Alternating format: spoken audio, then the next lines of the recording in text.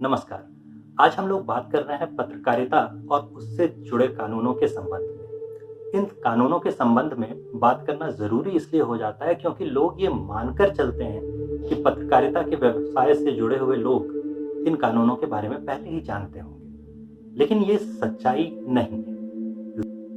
ज़मीनी स्तर पे अगर आप देखेंगे तो अक्सर ऐसा होता है कि जो लोग छोटे स्तर पर, कहिए कि ज़िला या फिर ब्लॉक, प्रखंड वगैरह के स्तर पर पत्रकारिता का काम कर रहे होते हैं, उन्होंने बाकायदा पत्रकारिता की पढ़ाई की नहीं होती। वो अनुभव के आधार पर सीखते हुए पत्रकार होते हैं और पाठ्यक्रम में कभी भी उन्होंने कानूनों के विषय में तो पढ़ा ही नहीं। इसके अलावा इंटरनेट और वीडियो ब्लॉगिंग का दौर जब से शुरू हुआ तो कई लोग वीडियो ब्लॉगिंग के पेशे में आ गए और उन्हें भी इन कानूनों की जानकारी हो ऐसा ज़रूरी नहीं होता। इसलिए हम लोग इन कानूनों की बात कर रहे हैं। आइए देखते हैं इन कानूनों में सबसे ज़रूरी जो कानून है जिनकी जानकारी सभी को होनी चाहिए वो कौन से हैं। तो इनमें से जो सबसे पहला कानून है वो तब टूटता हुआ दिखाई देता है जब आपको बड़े शहरों से प्रकाशित होने वाले कई अखबार भी बारिश में भीगती हुई लड़कियों की या फिर स्त्रियों की तस्वीरें छापते हुए दिख जाते हैं। कानूनन ये अपराध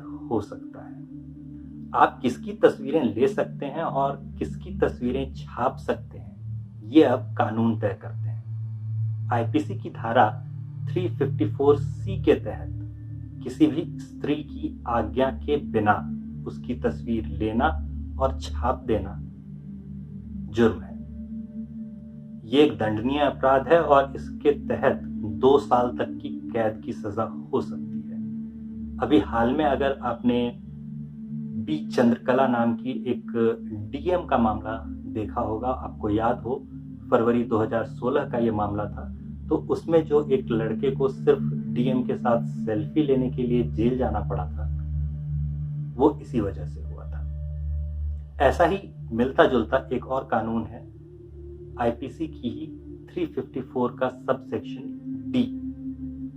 इसके तहत किसी भी स्त्री का पीछा करना दंडनीय अपराध है। अगर उसकी जानकारी के बगैर आप किसी स्त्री का पीछा कर रहे हैं तो आपको सजा हो सकती है। वो शिकायत कर दे तो जाहिर है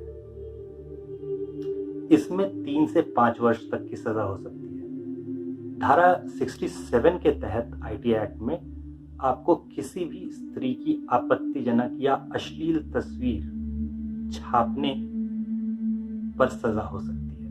अब छापने का मतलब यहाँ पर सिर्फ अखबारों में छाप देना नहीं होता।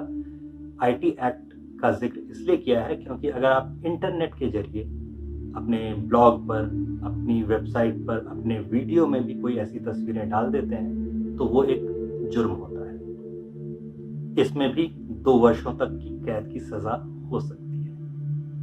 अब आप अंदाजा लगा सकते हैं कि मामूली सी चीज़ों के लिए कितनी सजा हो सकती है। एक फोटो खींचना जो कि एक बहुत ही सामान्य सी हरकत है किसी भी पत्रकार के लिए, किसी भी ऐसे व्यक्ति के लिए जो अपने वीडियो ब्लॉग भी बनाने की कोशिश कर रहा है, उससे सजा हो सकती है। ये बात उसने कभी भी सोची नहीं होगी। अब आप हो सकता है ये सोचें कि भाई कानून तो बनते ही रहते हैं, बदलते रहते हैं, क्या हो जाता है एक कानून बन गया या एक कानून बदल गया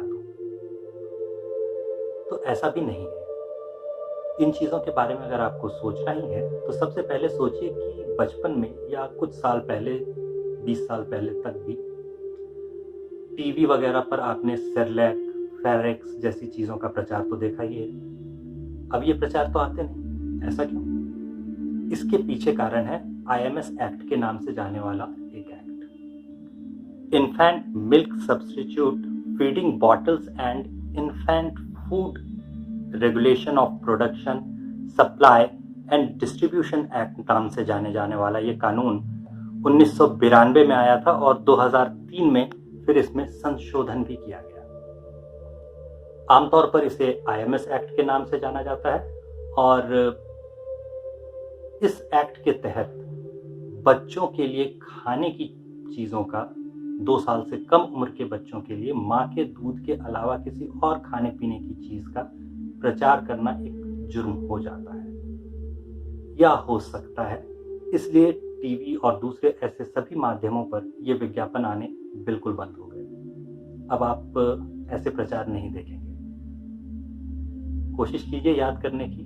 आप शायद हमदर्द ग्राइप वाटर का प्रचार याद कर पा रहे होंगे, और वो भी आपने बरसों से नहीं देखा। सेरेलैक और फैरेक्स का तो खैर नहीं ही देखा, जबकि बाजार में वो अभी भी उपलब्ध है। बच्चे बच्चियों के मामले में अगर आप कानूनों की बात करें तो सबसे महत्वपूर्ण हो जाता है जेजे एक्ट। इसे juvenile justice care and protection act के नाम से जाना जाता है, जो कि 2015 से लागू है।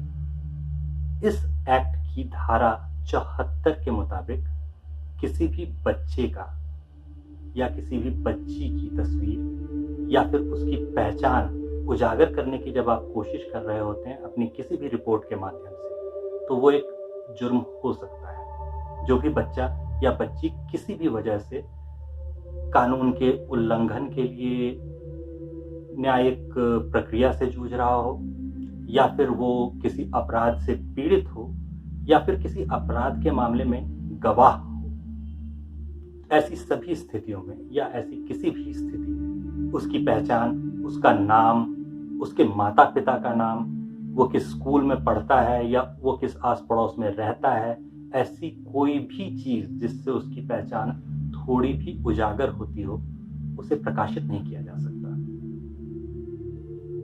अभी हाल का ही बिल्कुल ताजा मामला अगर आपको राहुल गांधी का याद हो, तो दिल्ली में वो एक ऐसी ही पीड़ित बच्ची के परिवार से मिलने चले गए थे और तस्वीरों में बच्ची की मां की तस्वीर भी साथ नजर आ रही थी। तो ये धारा 74 का जेजे एक्ट की धारा 74 का सीधा सीधा उल्लंघन हो जाता था और ये मामला ही बन रहा था। यहाँ ये ध्यान रखिए कि अगर लोग राहुल गांधी जैसे हों तो उनके पास कपिल सिब्बल से लेकर के और तमाम बड़े वकील मौजूद होते हैं। आपके पास ऐसे वकील मौजूद हैं या नहीं हैं, ये आपको सोचना पड़ेगा। इससे ही मिलता जुलता protection of children from sexual offences act भी है। इसमें सेक्शन 23 सबसेक्शन 2 में बिल्कुल यही बात कही गई है, या कह लीजिए कि करीब करीब यही बात कही गई है। इसमें सिर्फ पीड़ित बच्चों की बात की जाती है। किसी भी अपराध के मामले में जो बच्चे पीड़ित हैं उनकी तस्वीरें किसी भी तरह से प्रकाशित नहीं की जा सकती, उनकी पहचान किसी भी तरह से उजागर नहीं की जा सकती। बिल्कुल ऐसा ही प्रोहिबिशन ऑफ सेक्स सिलेक्शन नाम के एक एक्ट में होता है। ये 2012 में आया हुआ कानून है और इसके तहत किसी भी बच्चे का जन्म से पूर्व लिंग निर्धारण करने वाले जो डायग्नोस्टिक सेंटर होते हैं या फिर ऐसी प्रक्रियाएं होती हैं, उनका कोई भी प्रचार करना कानूनन जुर्म है। तो इसलिए अगर आप पत्रकारिता के क्षेत्र में हैं तो सबसे जरूरी ये है कि सबसे पहले आप अपने क्षेत्र के कानूनों को पढ़ लें और खुद समझ लें। कोशिश कीजिए, ये उतना मुश्किल काम नहीं है, कम से कम इनकी जानकारी तो जरूर होनी चाहिए। किसी भी क्षेत्र के जो जाने माने विद्वान होते हैं, आप उनको देखेंगे तो आप पाएंगे कि अपने क्षेत्र के कानूनों की उन्हें अच्छी जानकारी होती है। पत्रकारिता में मान लीजिए अगर कोई पर्यावरण से जुड़े बड़े मामलों की रिपोर्टिंग कर रहा हो तो उसे वन और पर्यावरण संबंधी कानूनों की जानकारी होगी।